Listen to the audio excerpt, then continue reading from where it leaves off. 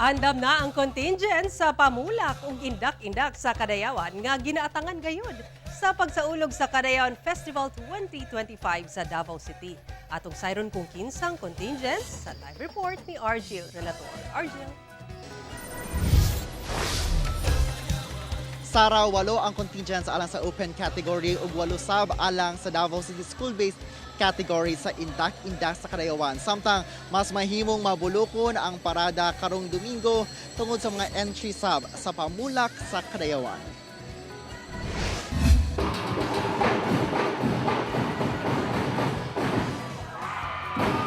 Kini ang pasilip sa gilaumang hugyaw nga performances sa mga contingents sa indak-indak sa Kadayawan atol sa ilang blocking sa stage alang sa showdown sa San Pedro Square.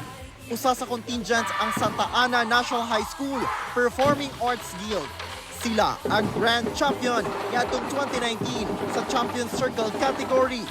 Kinisabang ilang comeback, human ang duha ka tuig nga wala sila nakaapil sa indak-indak sa Kadayawan.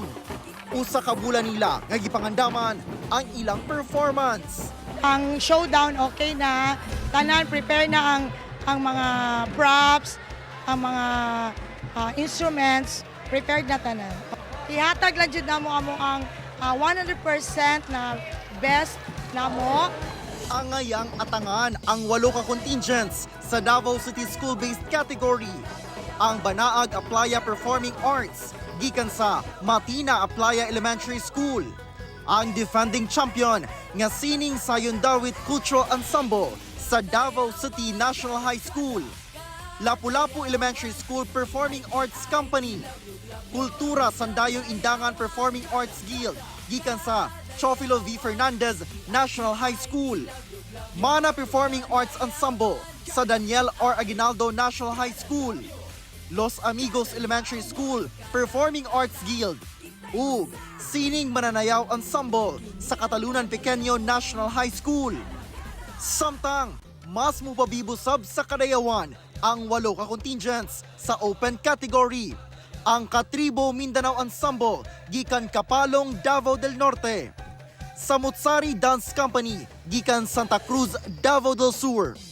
Ang pagbalik sa Grand Slam champion nga Sindak Ani Performing Ensemble of Bislig gikan Bislig City, Surigao del Sur. Tinubdan Cultural Performing Arts of Davao City sa Barangay Bukana, Davao City.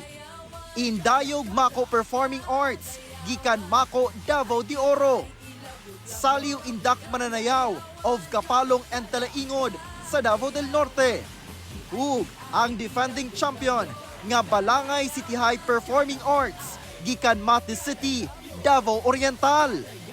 Mas mahimong mabulukon sab ang parada sa contingents sa pamulak sa Kadayawan.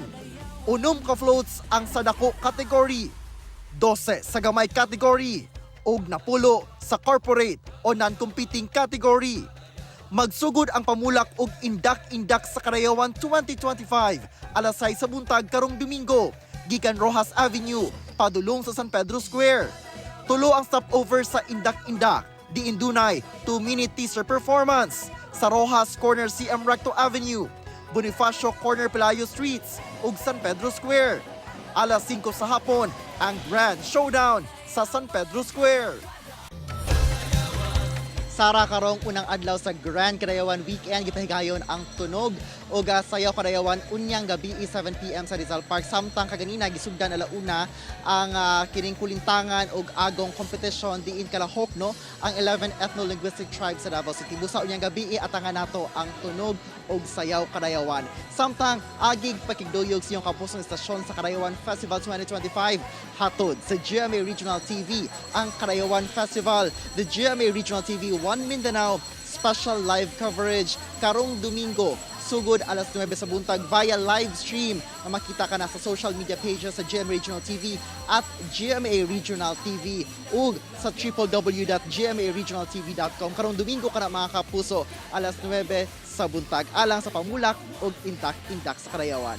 Happy Kadayawan Festivals to mga kapusong Dabawenyo. Alright, happy Kadayawan sa mga kapusong Dabawenyo. Daghang salamat, Argil Relator.